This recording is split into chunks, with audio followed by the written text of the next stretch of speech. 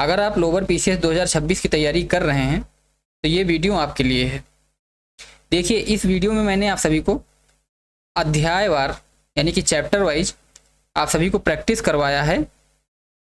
जितने भी अभी तक न्यू पैटर्न पे यूपी SSC आप सभी से क्वेश्चन पूछता है, उस न्यू पैटर्न पे मैंने इसमें प्रैक्टिस करवाई है, ठीक है। और साथ ही मैं इसकी PDF आप सभी को प्रोवाइड करवाता हूँ, जिसकी प्रैक्टिस आप लोग OMR सीट पर खुद से कर सकते हैं और साथ ही नीचे आपको आंसर दिया जाएगा, उससे मैच करवा सकते हैं कि आपने कितना स्कोर किया, कितना स्कोर नहीं किया। तो चलिए दोस्तों, आप सभी का स्वागत है मेरे YouTube channel Vivekananda career path पे। तो आप सभी को बता दें कि जो लोग अभी नए हैं वो लोग चैनल को सब्सक्राइब कर लें। और मैं इस अपने चैनल पर कम्पिटिटिव एग्जाम से संबंधित, चाहे वो SSC CGL हो, चाहे CHSL हो, चाहे यूपी SSC हो या लोअर PCS लेखपाल, जितने भी एग्जाम्स होते हैं, तो उन सभी के जो इम्पॉर्टेंट टॉपिक्स होते हैं और मोस्ट एक्सपेक्टेड क्वेश्चंस होते हैं, वो सभी मैं इसमें प्रैक्टिस करवाता हूँ, इजी टू हार्ड लेवल। अब देखिए, मैं इससे पहले मैंने आपको एक वीडियो दी थी जिस पर अच्छा रिस्पांस गया है आप सभी का। तो उसमें मैंने ये डिजास्टर मैनेजमेंट जो था, इससे संबंधित जो ओवरऑल क्वेश्चंस थे एक्सपेक्टेड, वो मैंने उसमें प्रैक्टिस करवाए थे। लेकिन मैंने सोचा है कि जो सिलेबस आप सभी को दिया गया है लोअर PCS में, और इसमें जो चैप्टर दिए गए हैं, उन चैप्टर्स को देखते हुए मैं इसमें हर चैप्टर के 100 MCQ मोस्ट इंपॉर्टेंट जो एक्सपेक्टेड हैं, मोस्ट एक्सपेक्टेड होते हैं, वो मैं यहाँ पर आप सभी को प्रैक्टिस करवाऊँगा। इधर उधर का कुछ नहीं करवाना है, बस केवल आपको MCQ प्रैक्टिस करना है। आप लोग खुद देखेंगे कि आपका स्कोर जो है वो कितना ज़्यादा बूस्ट होता है मॉक में। और इसकी जो PDF है वो मैंने बता ही दिया कि मेरी Telegram channel Vivekananda career path पर आप सभी को मिल जाएगी। तो चलिए, बिना किसी देरी के हम लोग प्रैक्टिस स्टार्ट करते हैं। देखिए, जैसा कि पहला क्वेश्चन है कि भारत के कुल भौगोलिक क्षेत्रफल का लगभग कितना प्रतिशत भाग के प्रति भूकंप के प्रति संवेदनशील है। मतलब भारत का ऐसा कितना % क्षेत्रफल है, ऐसा कितना क्षेत्र है जो भूकंप के प्रति अति संवेदनशील है, बताओ। तो देखिए, इसका आंसर हो जाएगा 59%, ठीक है। चलिए नेक्स्ट क्वेश्चन अब देखते हैं। तो नेक्स्ट क्वेश्चन है कि भारत में सर्वाधिक बाढ़ प्रभावित राज्य कौन सा है। तो बताओ आप सभी लोग। पहला ऑप्शन है मध्य प्रदेश,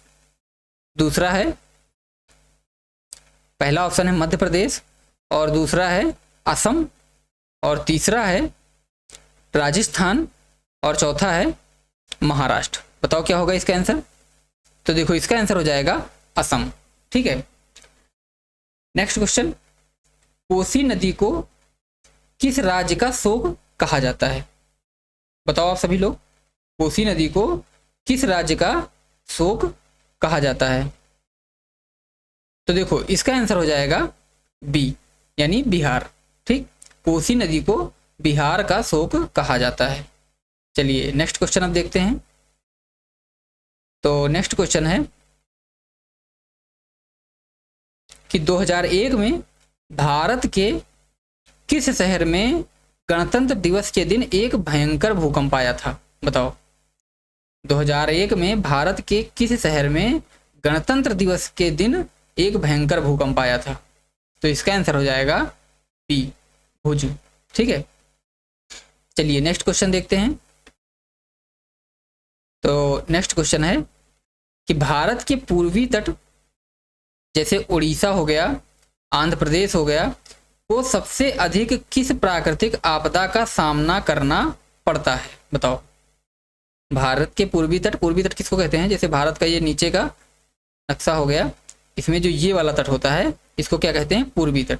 यहाँ पर क्या है, आंध्र प्रदेश और उड़ीसा, ऐसे, ठीक है। तो आंध्र प्रदेश और उड़ीसा को किस प्राकृतिक आपदा का सबसे ज़्यादा सामना करना पड़ता है। तो बताओ आप सभी, इसका आंसर क्या हो जाएगा। पहला ऑप्शन है हिमस्खलन, दूसरा है चक्रवात, तीसरा ज्वालामुखी, और चौथा भूस्खलन। तो देखो, इसका आंसर हो जाएगा B, ठीक है। इसका आंसर हो जाएगा B, चक्रवात। चलिए नेक्स्ट क्वेश्चन देखते हैं कि बंगाल की खाड़ी में उठने वाले उष्णकटिबंधीय तूफानों को क्या कहा जाता है। पहला ऑप्शन है हरिकेन, दूसरा है टाइफून, तीसरा है चक्रवात, और चौथा है टॉर्नेडो। बताओ, बंगाल की खाड़ी में जो उष्णकटिबंधीय तूफान उठते हैं उनको क्या बोला जाता है। तो देखो इसका आंसर हो जाएगा सी, यानी कि चक्रवात। ठीक, चलिए नेक्स्ट क्वेश्चन अब देखते हैं। देखो जैसे मैं आप सभी को इसमें प्रैक्टिस करवा रहा हूँ, तो साथ ही आप लोग भी प्रैक्टिस करते रहिए। मतलब जैसे मैं जब क्वेश्चन पढ़ता हूँ, ऑप्शन पढ़ता हूँ, तो आप लोग खुद से इसमें ऑप्शन को सिलेक्ट करिए, भले ही आपने पढ़ा हो ना पढ़ा हो, क्योंकि जब ऐसा करेंगे तो वो चीज़ आपके दिमाग में बैठ जाएगी जब मैं आप सभी को इसका आंसर बताऊंगा।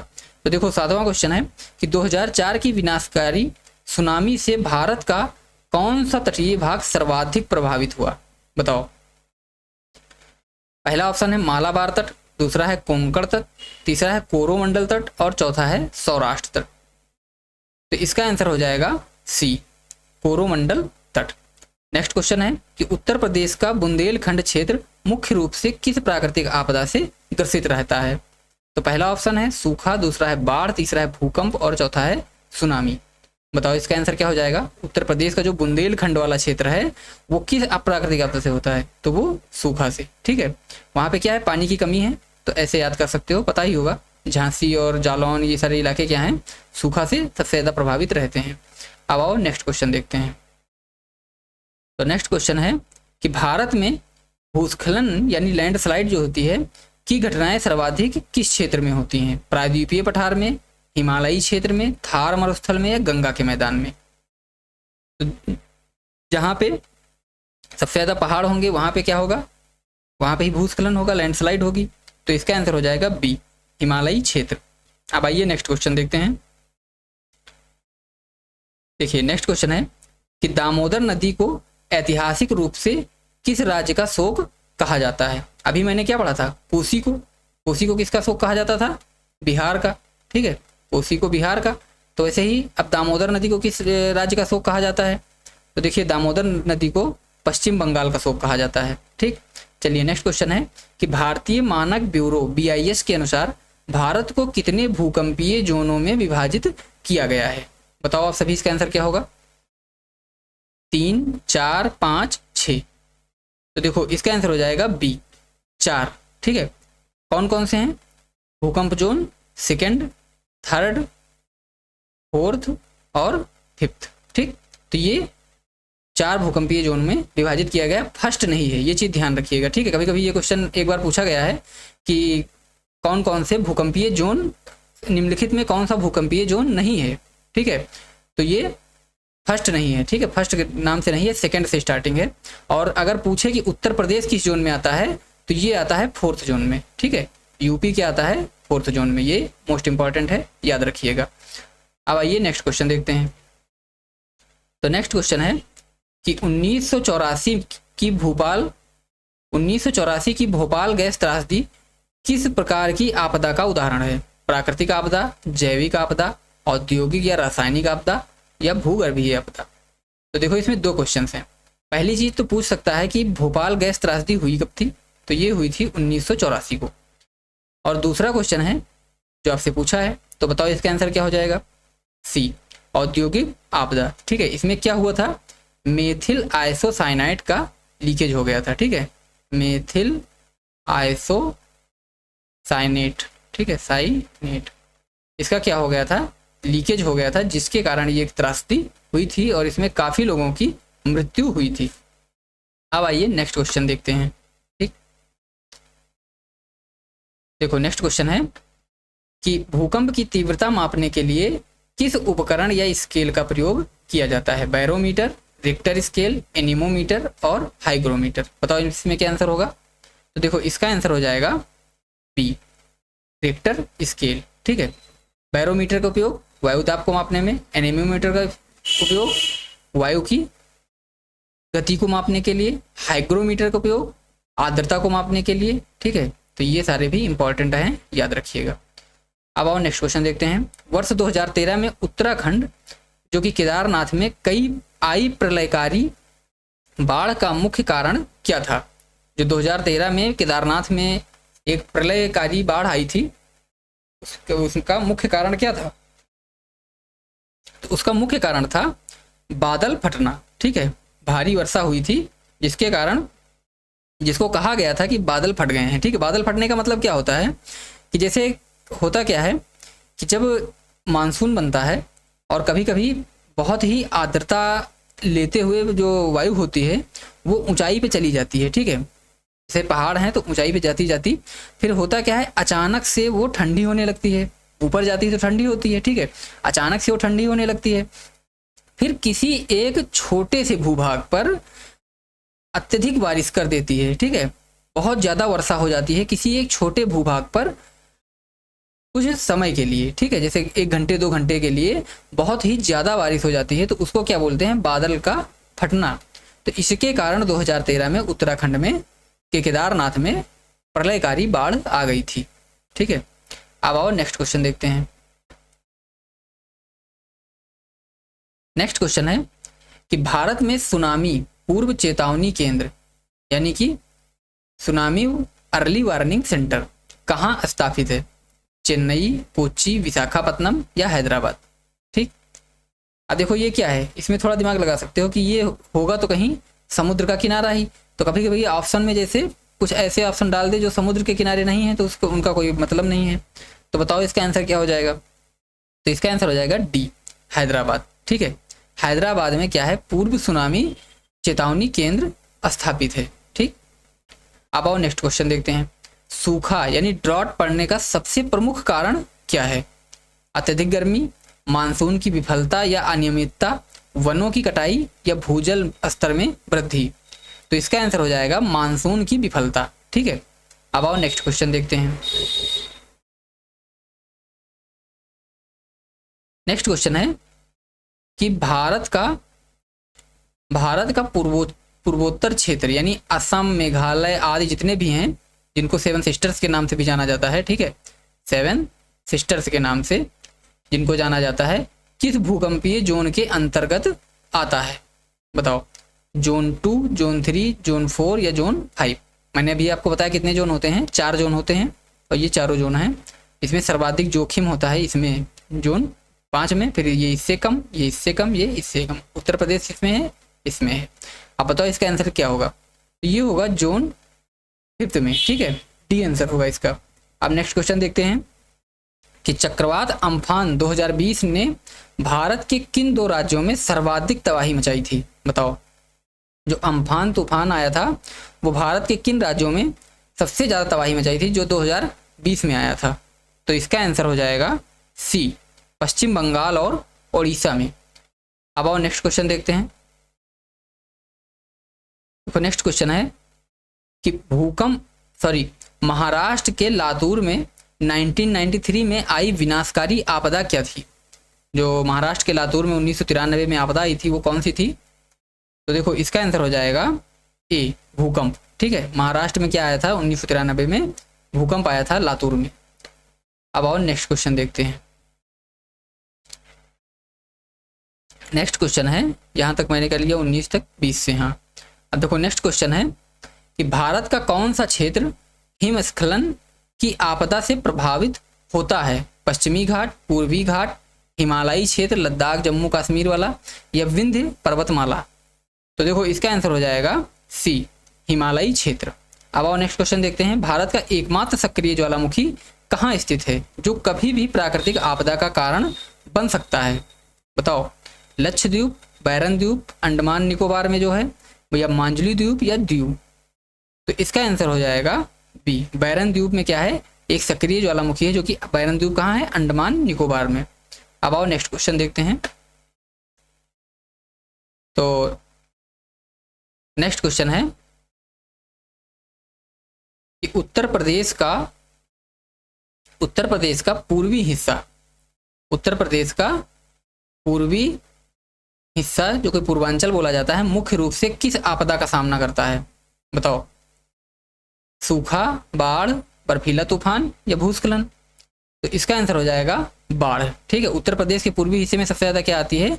बाढ़ आती है, क्योंकि देखो पूर्वी हिस्सा किससे संबंधित है, किससे जुड़ा हुआ है? बिहार से, ठीक है। तो बिहार किससे परेशान रहता है ज़्यादातर? बाढ़ से।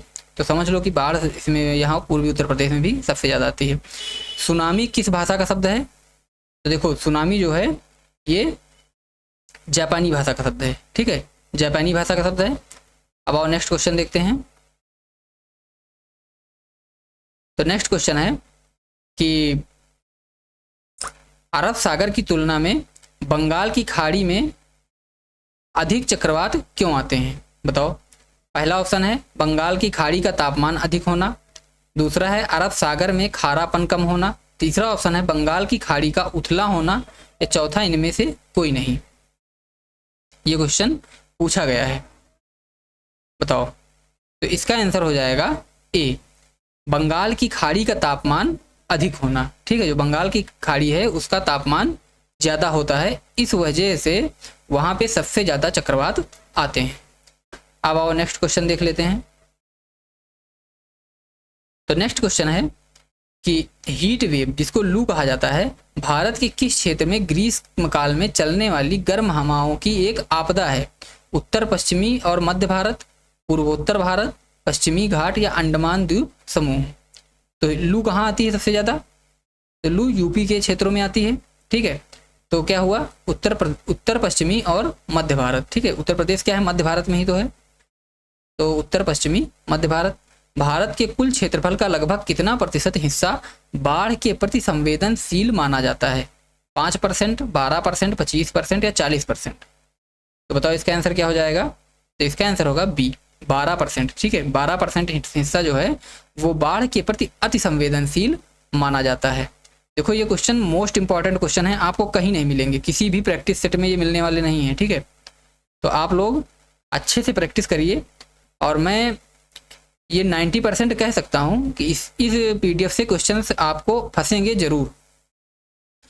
तो देखो नेक्स्ट क्वेश्चन है कि राष्ट्रीय आपदा घोषित करने का अंतिम अधिकार भारत के में किसके पास है? राष्ट्रीय आपदा जो घोषित की जाती है, ये अंतिम अधिकार भारत में किसके पास होता है?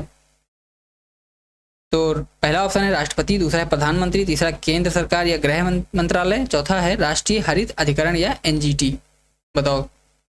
तो इसका आंसर हो जाएगा सी, केंद्र सरकार यानी गृह मंत्रालय को इसका अधिकार होता है। अगला क्वेश्चन है कि वनाग्नि यानी फॉरेस्ट फायर की घटनाओं के लिए भारत का कौन सा वन क्षेत्र अत्यंत संवेदनशील है? बताओ।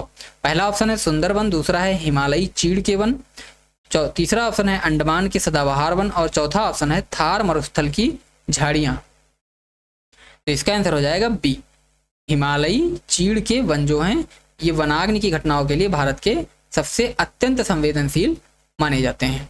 अब आओ नेक्स्ट क्वेश्चन देखते हैं। नेक्स्ट क्वेश्चन है कि 2020 में विशाखापत्तनम में LG पॉलीमर प्लांट में किस जहरीली गैस का रिसाव हुआ था? बताओ। ये भी क्या है? रिसेंटली का क्वेश्चन है, रिसेंट की घटना है, तो इसका पूछा जाना बहुत ही इंपॉर्टेंट है। तो देख लीजिए इसका आंसर क्या होगा। तो पहला ऑप्शन है methyl isocyanate, styrene gas, ammonia या क्लोरीन।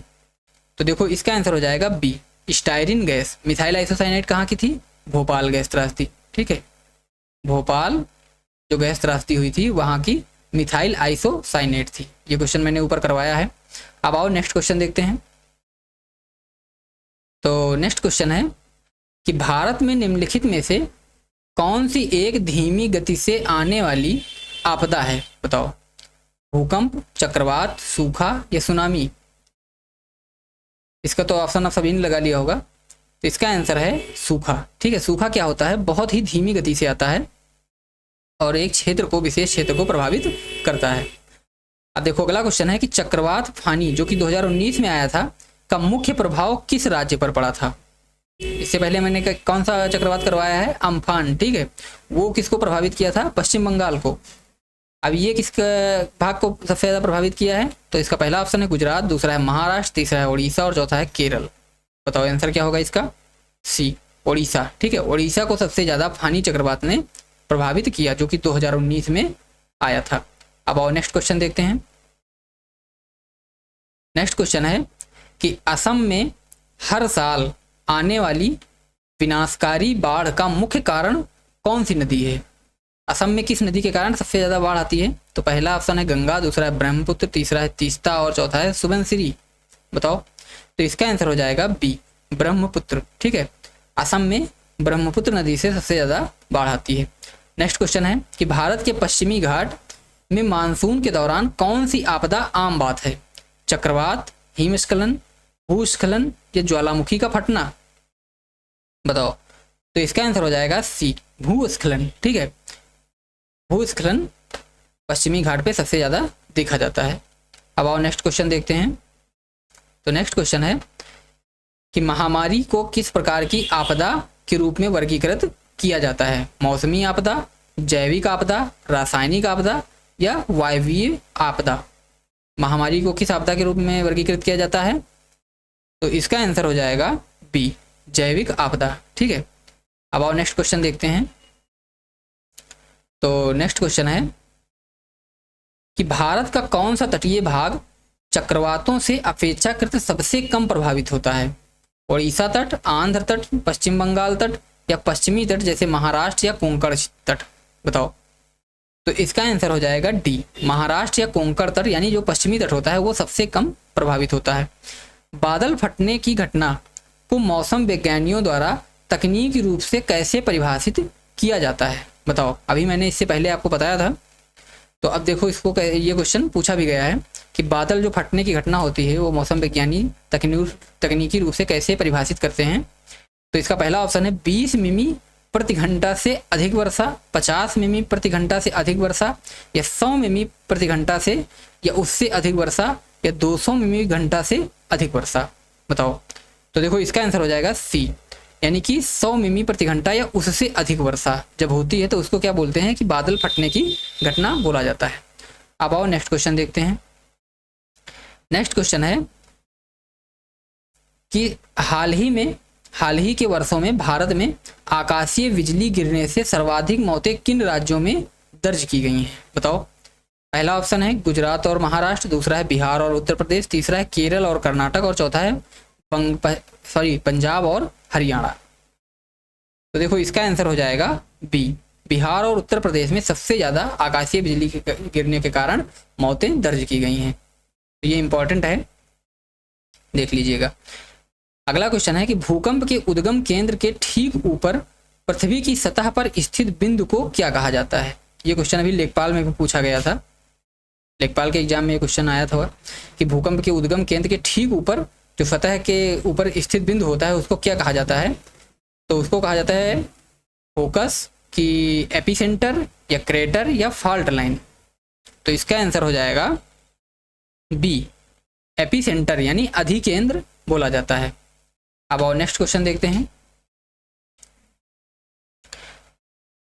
नेक्स्ट क्वेश्चन है कि चेन्नई की 2015 की भयंकर बाढ़ का मुख्य कारण क्या था? समुद्र का जलस्तर बढ़ना, अत्यधिक वर्षा और खराब जल निकासी प्रणाली, बांध का अचानक टूटना या सुनामी? तो इसका आंसर है बी, अत्यधिक वर्षा और खराब जल निकासी प्रणाली। ठीक है, 2015 में जो बाढ़ आई थी चेन्नई में उसका मुख्य कारण था अत्यधिक वर्षा और खराब जल निकासी। अब आइए नेक्स्ट क्वेश्चन देखते हैं। तो नेक्स्ट क्वेश्चन है शीतलहर यानी कोल्ड वेव का प्रकोप मुख्य रूप से भारत में किन महीनों में देखने को मिलता है? तो इसका पहला ऑप्शन है अक्टूबर नवंबर, दूसरा है दिसंबर जनवरी, तीसरा है फरवरी मार्च और चौथा है अगस्त या सितंबर। तो इसका आंसर हो जाएगा बी, दिसंबर जनवरी। ठीक है, दिसंबर जनवरी में क्या होती है? सबसे ज़्यादा ठंड पड़ती है, तो ऐसे याद कर सकते हो। मरुस्थलीकरण यानी डिजर्टिफिकेशन भारत के किस राज्य की एक प्रमुख पर्यावरण संबंधी आपदा है? असम, केरल, राजस्थान या हिमाचल प्रदेश? तो इसका तो ऑप्शन सबको पता होगा, सी, राजस्थान। वहाँ सबसे ज़्यादा मरुस्थल पाए जाते हैं, तो वहीं की ये घटना हो सकती है। तो इसको ऐसे रिलेट करके ऑप्शन लगा सकते हो। अब देखो नेक्स्ट क्वेश्चन क्या है कि भारत में रासायनिक आपदाओं के प्रबंधन के लिए कौन सा मंत्रालय या नोडल एजेंसी है? ठीक है, भारत में रासायनिक आपदाओं के प्रबंधन के लिए कौन सा मंत्रालय या नोडल एजेंसी है? तो बताओ। रक्षा मंत्रालय पहला ऑप्शन, दूसरा गृह मंत्रालय, तीसरा पर्यावरण वन या जलवायु परिवर्तन मंत्रालय या कृषि मंत्रालय?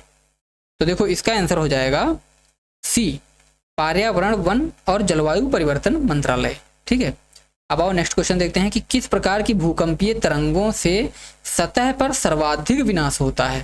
पी तरंगे, एस तरंगे, एल तरंगे या ध्वनि तरंगे? तो इसका आंसर हो जाएगा सी, एल तरंगे। ठीक है, सरफेस वेव। इनको एल तरंगे क्यों बोला जाता है? इनको लव वेव भी बोला जाता है, ठीक है, इनको लव वेव भी बोला जाता है। ये सबसे ज़्यादा हानि पहुंचाती हैं, सबसे ज़्यादा विनाश करती हैं। और होता क्या है कि ये सबसे धीरे चलती हैं, ये भी है, ठीक है, जो सबसे धीरे चलती हैं इस वजह से इनको ये सबसे ज़्यादा विनाश भी करती हैं। अब आओ नेक्स्ट क्वेश्चन देखते हैं। नेक्स्ट क्वेश्चन है कि चमकी बुखार का प्रकोप भारत के किस राज्य में एक स्वास्थ्य आपदा बन गया था? बताओ, जो चमकी बुखार था जिसको इंग्लिश में क्या बोलते थे? एक्यूट इंसेफ्लाइटिस सिंड्रोम, ठीक है, ये किस राज्य में एक राज्य में स्वास्थ्य के लिए सबसे बड़ी आपदा बन गई थी? तो झारखंड, बिहार, उत्तर प्रदेश या उड़ीसा? तो देखो इसका आंसर हो जाएगा बिहार, ठीक है। अब आओ नेक्स्ट क्वेश्चन देखते हैं। 45 उत्तर प्रदेश के कितने जिलों में सामान्यतः बुंदेलखंड क्षेत्र के अंतर्गत माना जाता है जो अक्सर सूखे से प्रभावित रहते हैं? बताओ, उत्तर प्रदेश के ऐसे कितने जिले हैं जिनको बुंदेलखंड क्षेत्र के रूप में जाना जाता है? मोस्ट इंपॉर्टेंट क्वेश्चन है, जो अक्सर सूखे से प्रभावित रहते हैं। 5 जिले, 7 जिले, 11 जिले या 15 जिले? तो बताओ इसका आंसर क्या हो जाएगा? तो देखो इसका आंसर हो जाएगा 7 जिले, ठीक है, 7 जिले जो हैं उनको बुंदेलखंड क्षेत्र के रूप में के अंतर्गत लिया जाता है। भारत में आपदाओं की बढ़ती आवृत्ति और तीव्रता का प्रमुख वैश्विक कारण क्या माना जाता है? ओजोन परत में छेद, जलवायु परिवर्तन या और ग्लोबल वार्मिंग, समुद्र लवणता में कमी, महाद्वीपीय विस्थापन? बताओ। तो देखो इसका आंसर हो जाएगा बी, जलवायु परिवर्तन यानी क्लाइमेट चेंज और ग्लोबल वार्मिंग। अब आओ नेक्स्ट क्वेश्चन देखते हैं। तो नेक्स्ट क्वेश्चन है 47 नंबर कि मुंबई में मीठी नदी अक्सर किस आपदा के दौरान भारी चर्चा में आती है? तो पहला ऑप्शन है समुद्री तूफान, दूसरा है शहरी बाढ़, तीसरा है भूस्खलन, चौथा है सुनामी। तो इसका आंसर क्या हो जाएगा? बी, शहरी बाढ़। अगला क्वेश्चन है कि हुदहुद जो कि 2014 में सबसे ज़्यादा फेमस था, जिसने विशाखापत्तनम में भारी तबाही मचाई थी, क्या था? सुनामी थी, भूकंप था, उष्णकटिबंधीय चक्रवात था या ज्वालामुखी थी? तो ये तो सबको पता होगा, क्या था? उष्णकटिबंधीय चक्रवात था। अब आओ नेक्स्ट क्वेश्चन देखते हैं। 49 नंबर क्वेश्चन क्या है कि बाढ़ आने की स्थिति में पीने के पानी को कीटाणु मुक्त करने के लिए त्वरित रूप से किसका उपयोग किया जाता है? बेकिंग सोडा, हैलोजन क्लोरीन की गोलियां, सिरका या नमक? तो इसका आंसर हो जाएगा बी, ठीक है, हैलोजन या क्लोरीन की गोलियां, ठीक है। अब आओ नेक्स्ट क्वेश्चन देखते हैं। अब हम लोगों के 50 क्वेश्चन पूरे हो चुके हैं, अब 50 क्वेश्चन और बचे हैं अभी, जो कि थोड़ा हार्ड लेवल के हैं।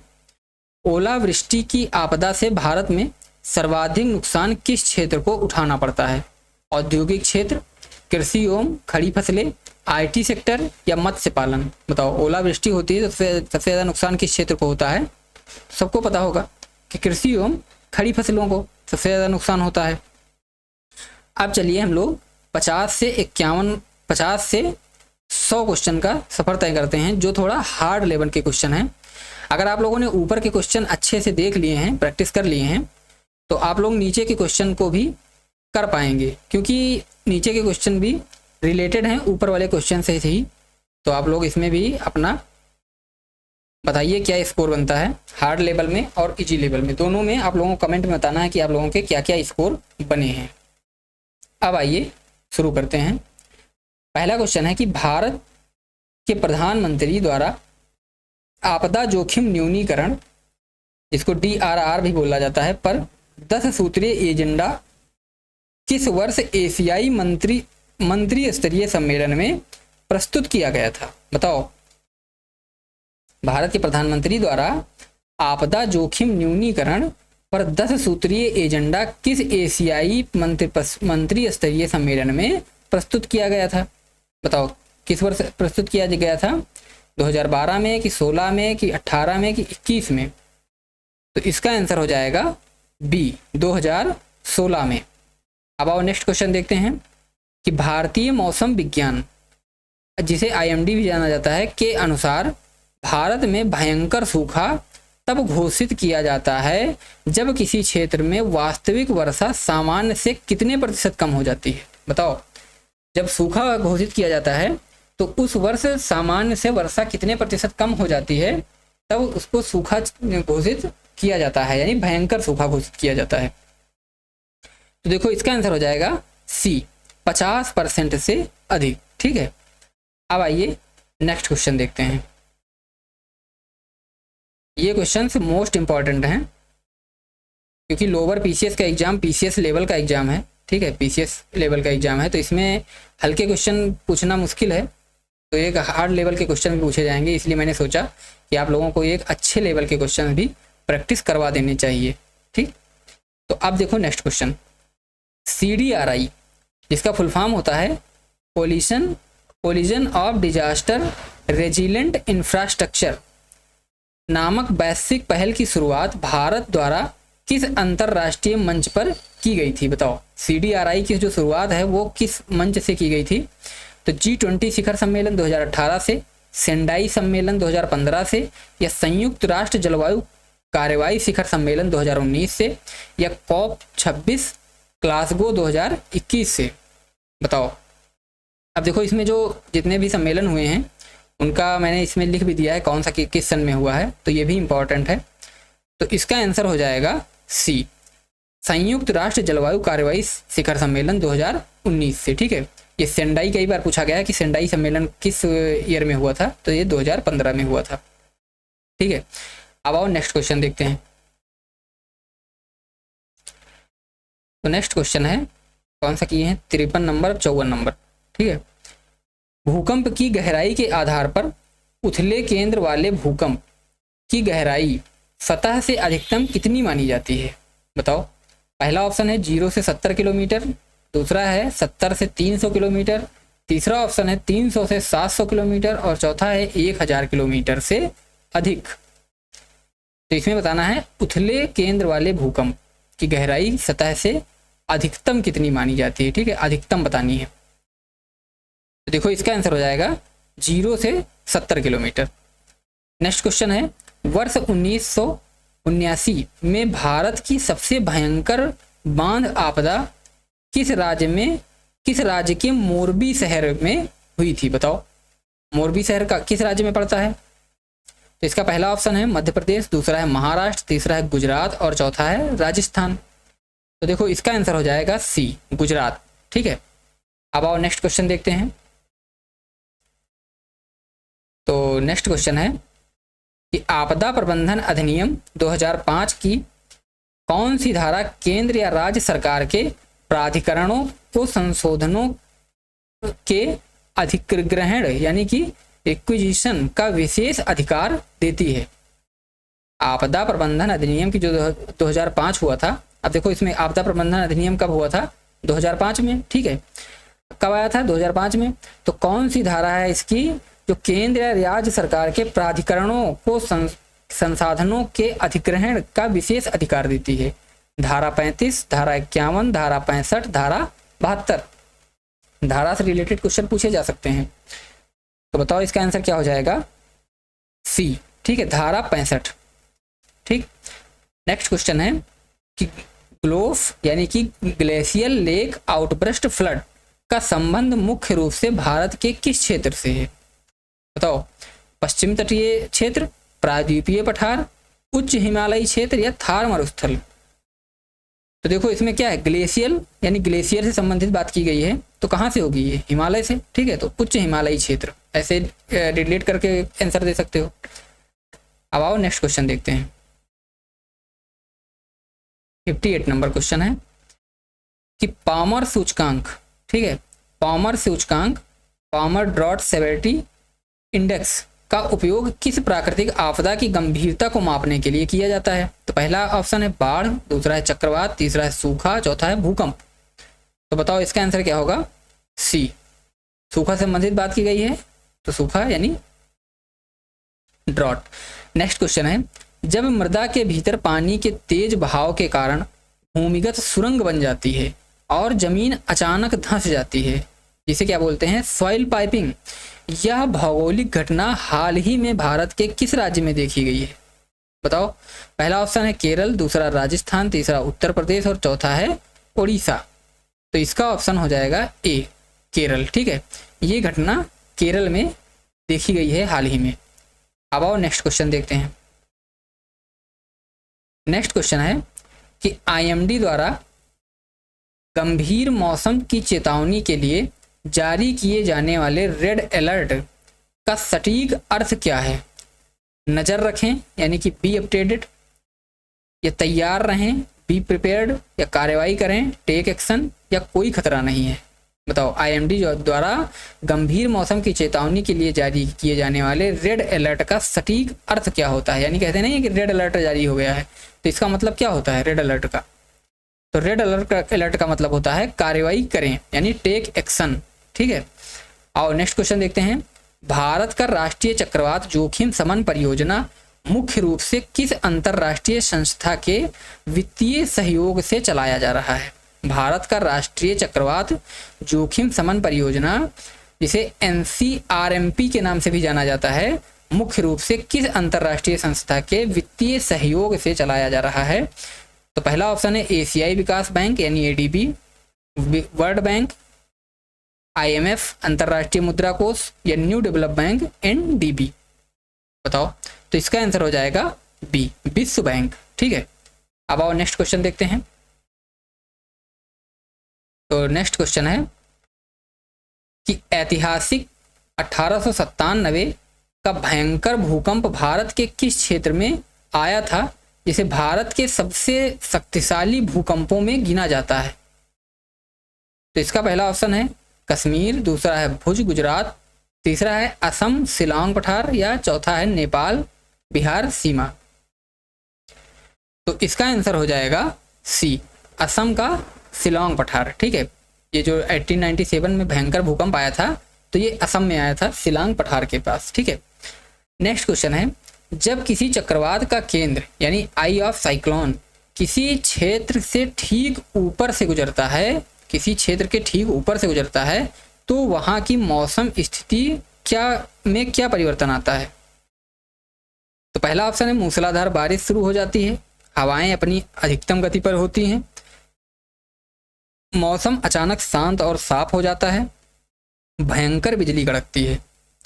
तो इसका आंसर हो जाएगा सी, मौसम अचानक शांत हो जाता है यानी साफ हो जाता है।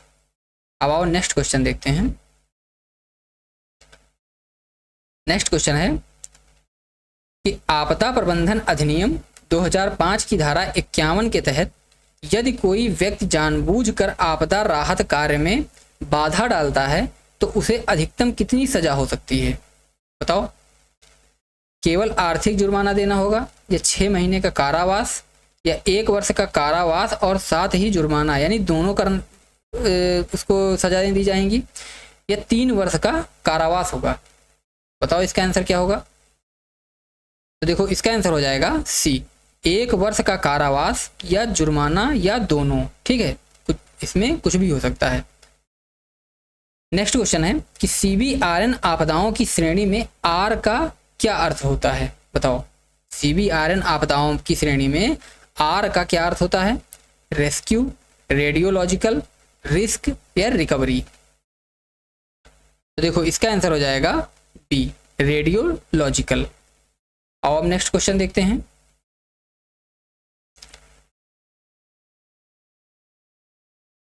नेक्स्ट क्वेश्चन है कि राज्य सरकारें अपने राज्य आपदा मोचन कोष जिसको SDRF के वार्षिक आवंटन का अधिकतम कितने प्रतिशत हिस्सा राज्य विशिष्ट आपदाओं पर खर्च कर सकती हैं? 5%, 10%, 20%, 25%। क्वेश्चन है कि राज्य सरकारें जो हैं वो अपने राज्य आपदा मोचन कोष यानी जो SDRF होता है राज्य का, कि वार्षिक आवंटन का अधिकतम कितने प्रतिशत हिस्सा राज्य की विशिष्ट आपदाओं पर खर्च कर सकते हैं? तो इसका आंसर हो जाएगा बी, 10%। नेक्स्ट क्वेश्चन है कि भारत में सफर जो प्रदूषण और मौसमी आपदाओं की चेतावनी देता है किसके द्वारा विकसित किया गया है? तो इसका आंसर हो जाएगा बी, IIT पुणे। ठीक है, सफ़र जो है ये IIT पुणे द्वारा विकसित किया गया है। ठीक है, और इसका कार्य क्या है? प्रदूषण और मौसमी आपदाओं की चेतावनी देना। अब आओ नेक्स्ट क्वेश्चन देखते हैं। तो नेक्स्ट क्वेश्चन है कि मैदानी इलाकों में हीट वेव यानी लू की घोषणा तब की जाती है जब किसी स्टेशन का अधिकतम तापमान कम से कम कितने डिग्री सेल्सियस तक पहुंच जाए? बताओ, हीट वेव कब घोषित की जाती है? तो इसका आंसर हो जाएगा सी। ठीक है, 40 डिग्री सेल्सियस। राष्ट्रीय आपदा प्रबंधन योजना NDMP भारत में पहली बार किस वर्ष जारी की गई थी? तो पहला ऑप्शन है 2005, दूसरा है 2010, तीसरा है 2016 और चौथा है 2019। तो बताओ इसका आंसर क्या हो जाएगा? तो इसका आंसर होगा सी, 2016 में। ठीक, अब आओ नेक्स्ट क्वेश्चन देखते हैं। नेक्स्ट क्वेश्चन है, देखिए नेक्स्ट क्वेश्चन करवाने से पहले बता दूंगा सभी को कि अगर वीडियो पसंद आ रही हो तो लाइक ज़रूर करिएगा और साथ ही कमेंट भी करिए कि आपको कैसा लगा ये वीडियो, और साथ ही इसमें अभी हम लोग क्या और इम्प्रूवमेंट करें जिससे और भी ज़्यादा अच्छे क्वेश्चंस आ सकें, और क्या लगता है आपको कि ये क्लासेज ऐसे ही और भी लेनी चाहिए या नहीं लेनी चाहिए। तो आप अपना रिस्पॉन्स है ज़रूर कमेंट में बताएं और चैनल को सब्सक्राइब जरूर कर लें। तो आओ अब इस क्वेश्चन को देखते हैं कि भारत में अंतरिक्ष आधारित सूचनाओं का उपयोग करके आपदा प्रबंधन में सहायता प्रदान करने के लिए इसरो द्वारा कौन सा पोर्टल विकसित किया गया है? तो पहला ऑप्शन है भुवन, जिसको NDEM कहा जाता है, मौसम, मेघदूत या दामिनी। तो देखो इसका आंसर हो जाएगा ए, भुवन। ठीक है, नेक्स्ट क्वेश्चन है कि पूर्वोत्तर में बाढ़ नियंत्रण और प्रबंधन के लिए ब्रह्मपुत्र बोर्ड की स्थापना किस वर्ष के संसद अधिनियम के तहत की गई थी? 1972, 1980, 1995 या 2005? बताओ। तो इसका आंसर हो जाएगा बी, 1980 यानी 1980। अब आओ नेक्स्ट क्वेश्चन देखते हैं। नेक्स्ट क्वेश्चन है कि 1999 का भयंकर सुपर साइक्लोन भारत के किस राज्य के तट से टकराया था? पश्चिम बंगाल, आंध्र प्रदेश, ओडिशा या तमिलनाडु? तो देखो इसका आंसर हो जाएगा सी, ओडिशा। कृषि विज्ञान और मौसम विज्ञान के अनुसार कृषि सूखा यानी कि एग्रीकल्चरल ड्रॉट की स्थिति कब उत्पन्न होती है? जब बारिश सामान्य से 75% कम हो, जब मिट्टी की नमी फसलों की वृद्धि के लिए अपर्याप्त हो जाए, जब सतही जल भंडारण सूख जाए या जब भूजल का स्तर 100 फीट के नीचे चला जाए?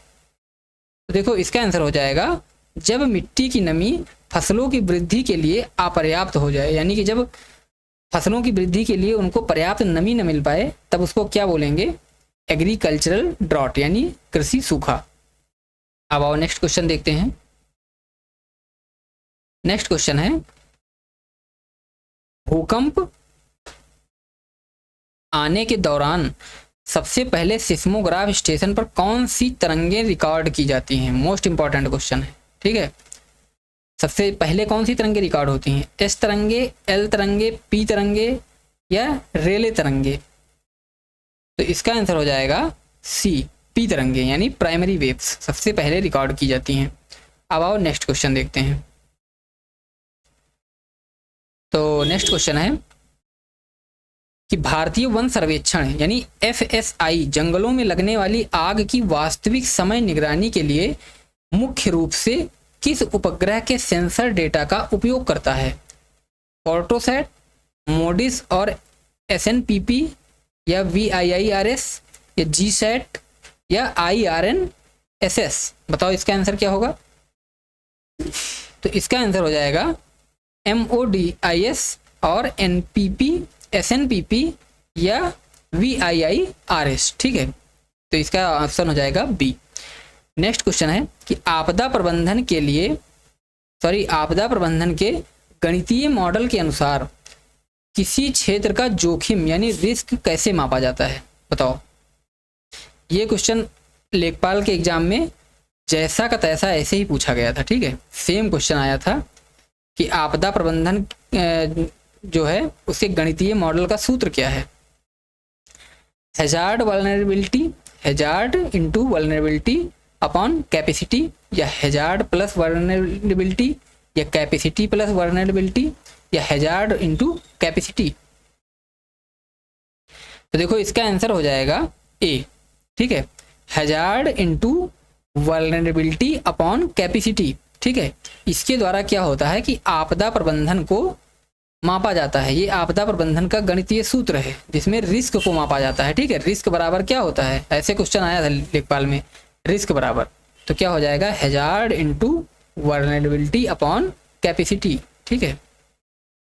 तो मोस्ट इंपॉर्टेंट क्वेश्चन है ये। आओ अब नेक्स्ट क्वेश्चन देखते हैं।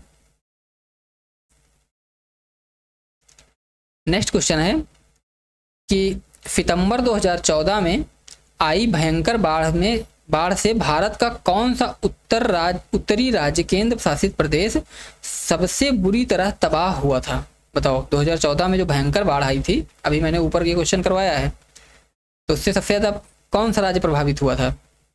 तो इसका आंसर हो जाएगा सी, जम्मू कश्मीर, ठीक है। जम्मू कश्मीर 2013 में जो बाढ़ आई थी वो कौन सी थी, केदारनाथ की, ठीक है। तो ये भी इंपॉर्टेंट है। अब आओ नेक्स्ट क्वेश्चन देखते हैं कि भारत में खदान आपदाओं का सबसे दर्दनाक उदाहरण चास नाला खदान दुर्घटना किस वर्ष हुआ था। बताओ चास नाला खदान दुर्घटना ये कब हुई थी, 1965, 1975, 1982 या 1992। तो देखो इसका आंसर हो जाएगा बी, 1975, ठीक है। अब आओ नेक्स्ट क्वेश्चन देखते हैं। चास नाला खदान दुर्घटना कब हुई थी, 1975। आप लोग ध्यान से ये सारे क्वेश्चंस प्रैक्टिस करिए, हो सकता है सेम क्वेश्चन आपको मिल जाए बिल्कुल जैसे मैंने इसमें लिखा हुआ है, सेम। अब आओ नेक्स्ट क्वेश्चन देखते हैं कि मैंग्रोव वन तटीय क्षेत्रों में मुख्य रूप से किस प्राकृतिक आपदा के प्रभाव को कम करने के लिए एक प्राकृतिक ढाल का काम करते हैं। तो पहला ऑप्शन है भूकंप, दूसरा है सूखा, तीसरा है तूफानी मोहिर्म यानी कि स्टॉर्म सर्ज और चक्रवात, और चौथा ऑप्शन है भूस्खलन। तो देखो इसका आंसर हो जाएगा सी, तूफानी मोहिर्म यानी कि स्टॉर्म सर्ज और चक्रवात। क्वेश्चन क्या था कि मैंग्रोव वन तटीय क्षेत्रों में मुख्य रूप से किस प्राकृतिक आपदा के प्रभाव को कम करने के लिए एक प्राकृतिक ढाल का काम करते हैं, ठीक है। तो जो चक्रवात आता है, देखो सूखा तो हो ही नहीं सकता, भूकंप भी नहीं हो सकता है, और भूस्खलन भी नहीं हो सकता है क्योंकि भूस्खलन पहाड़ी क्षेत्रों में होता है, और मैंग्रोव वन कहाँ होते हैं, तटीय क्षेत्रों में होते हैं। तो इसका, और तटीय क्षेत्रों पे क्या होता है, चक्रवात आते हैं, तो इसको ऐसे कर सकते हैं आराम से। अब आओ नेक्स्ट क्वेश्चन देखते हैं। मैं ज़्यादा एक्सप्लेन इसलिए नहीं कर पा रहा हूँ क्योंकि क्वेश्चन काफ़ी ज़्यादा हैं। अगर मैं एक्सप्लेन करने पे बैठ जाऊँगा तो बहुत ज़्यादा टाइम लगेगा और क्लास बहुत ज़्यादा लंबी हो जाएगी। मैं सोचता हूँ कि ज़्यादा से ज़्यादा क्वेश्चन आप सभी को कम टाइम में प्रैक्टिस करवाए जाएँ। देखो अगला क्वेश्चन है कि भारत में पहली बार राज्य आपदा प्रबंधन प्राधिकरण एसडीएमए की तर्ज पर किस राज्य ने 2005 में केंद्रीय कानून से पहले ही 2001 में अपना प्राधिकरण बना लिया था। बताओ, यानी कि भारत में पहली बार एसडीएमए की तर्ज पर किस राज्य ने 2005 के केंद्रीय कानून से पहले ही, यानी 2005 में क्या आया था, एनडीएमए, ठीक है, नेशनल डिजास्टर मैनेजमेंट एक्ट आया था, ठीक है। तो उससे पहले ही 2001 में अपना प्राधिकरण बना लिया था। पहला ऑप्शन है उत्तर प्रदेश, दूसरा है गुजरात, तीसरा है उड़ीसा और चौथा है महाराष्ट्र। तो देखो इसका आंसर हो जाएगा गुजरात, ठीक है। नेक्स्ट क्वेश्चन है कि सुनामी लहरों के उत्पन्न होने का सबसे प्राथमिक और वैज्ञानिक कारण समुद्र तल के नीचे क्या होना है। बताओ, पहला ऑप्शन है जल के भीतर तीव्र समुद्री धाराएं, ये तो हो नहीं सकता। दूसरा है क्षैतिज भूकंपीय हलचल, तीसरा है ऊर्ध्वाधर भूकंपीय हलचल, और चौथा है चंद्रमा का गुरुत्वाकर्षण खिंचाव, ठीक है। तो इसके कारण क्या होता है, गुरुत्वाकर्षण, ज्वार भाटा आते हैं, ठीक है, ज्वार भाटा आते हैं। अब बताओ इन दोनों में इसका आंसर क्या होगा, क्षैतिज भूकंपीय हलचल या ऊर्ध्वाधर भूकंपीय हलचल। तो देखो इसका आंसर हो जाएगा ऊर्ध्वाधर भूकंपीय हलचल। वर्टिकल, क्षैतिज क्या होता है? क्षैतिज का मतलब ऐसे, ठीक है, क्षैतिज का मतलब जैसे पढ़ा होगा, एक पड़ी लाइन एक खड़ी लाइन, तो खड़ी क्या है? वर्टिकल है, और जो पड़ी लाइन है ये हॉरिजेंटल है। तो हॉरिजेंटल जो होती है ये तो इधर को फोर्स लगेगा, और जो वर्टिकल होगी वो ऊपर को लगेगा। और सुनामी क्या होती है? पानी ऊपर को उठता है, ठीक है। तो ऐसे याद कर सकते हो कि वर्टिकल। अब आओ नेक्स्ट क्वेश्चन देखते हैं। नेक्स्ट क्वेश्चन है, अब देखो 20 क्वेश्चन बचे हैं, अभी खत्म हो जाएगा क्लास, तो परेशान होने की जरूरत नहीं है, आराम से करते रहिए। देखो क्वेश्चन है, महामारी विज्ञान में किसी बीमारी को एंडेमिक कब कहा जाता है? जब बीमारी का पूरी दुनिया में फैलाव हो जाए, जब बीमारी किसी विशेष क्षेत्र में नियमित रूप से मौजूद रहे, जब बीमारी अचानक से एक विशाल क्षेत्र में फैल जाए, या जब बीमारी पूरी तरह से समाप्त हो जाए। तो इसका तो कोई मतलब नहीं बनता है। इन तीन में बताओ कौन सा ऑप्शन होगा? तो इसका आंसर हो जाएगा बी, जब बीमारी किसी विशेष क्षेत्र में नियमित रूप से मौजूद रहे, तो उसको क्या बोलते हैं? एंडेमिक बोलते हैं, ठीक है।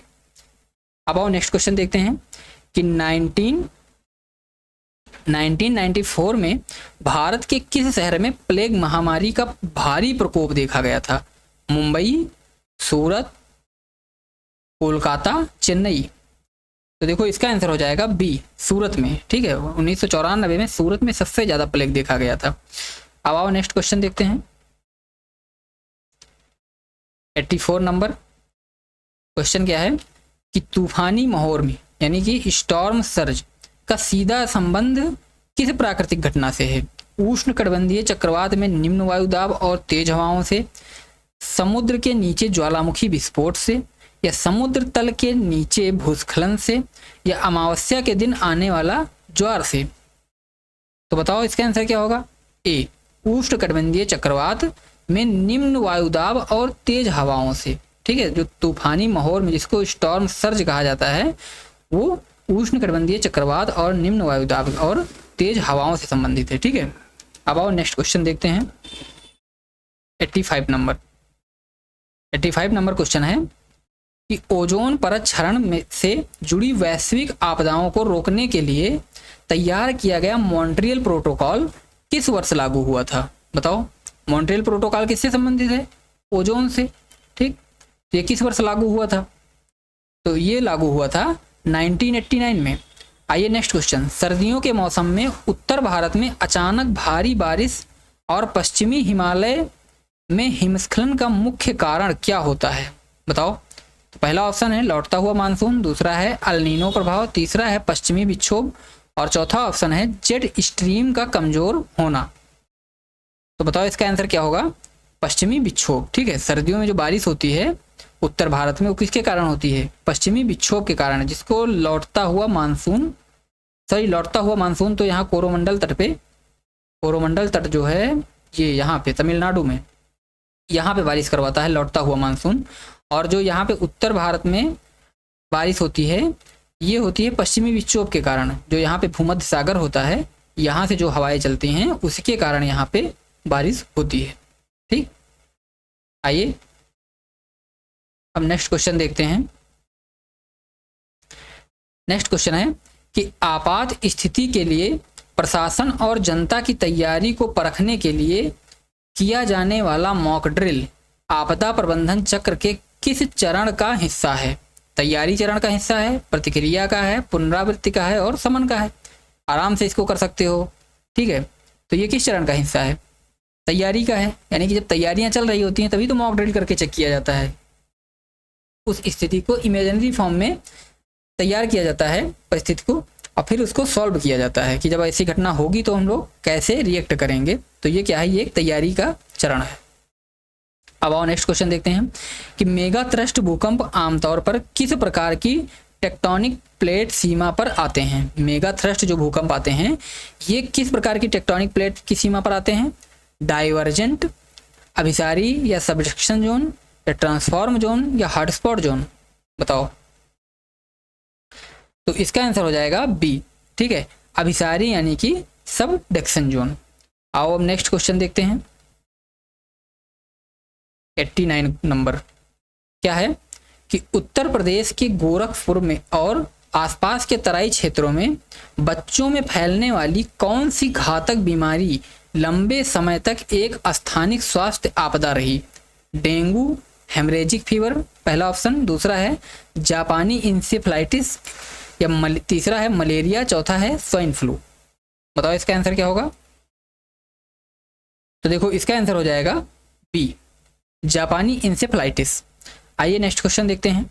भारत सरकार का कौन सा कार्यक्रम 1973 और 1974 में सूखाग्रस्त क्षेत्रों में प्राकृतिक संसाधनों के पारिस्थितिकी संतुलन को बहाल करने के लिए शुरू किया गया था?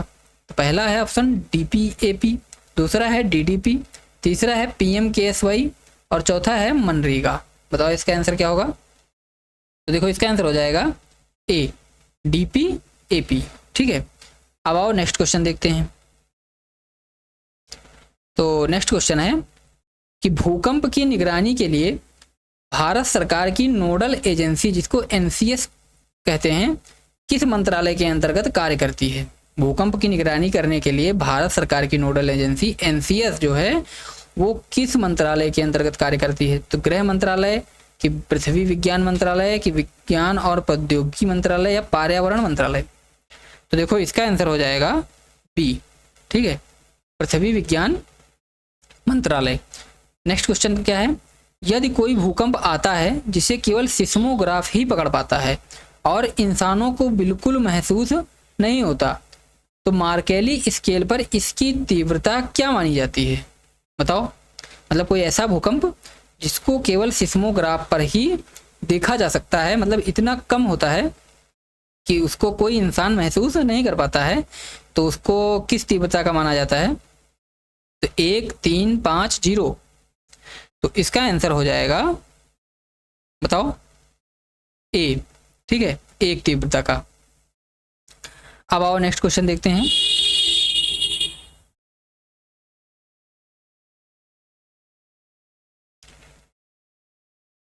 नेक्स्ट क्वेश्चन है कि किस प्रकार की मिट्टी में भूकंप के दौरान द्रवीकरण यानी लिक्विफिकेशन का खतरा सबसे अधिक होता है? कठोर अग्नेय चट्टानी मिट्टी, जलमग्न ढीली और रेतीली मिट्टी, पुरानी जलोढ़, या लेटराइट मिट्टी? तो देखो इसका आंसर हो जाएगा बी, जलमग्न या ढीली रेतीली मिट्टी। ठीक है, नेक्स्ट क्वेश्चन है कि शहरी ऊष्मा द्वीप यानी अर्बन हीट आइसलैंड प्रभाव का मुख्य कारण क्या है? शहरों में पेड़ों की कमी और कंक्रीट का अधिक उपयोग, शहरों की अधिक जनसंख्या घनत्व, औद्योगिक अपशिष्ट का जल में मिलना, उपयुक्त में से कोई नहीं। बताओ इसका आंसर क्या होगा? तो इसका आंसर हो जाएगा शहरों में पेड़ों की कमी और कंक्रीट का अधिक उपयोग। अब आओ नेक्स्ट क्वेश्चन देखते हैं।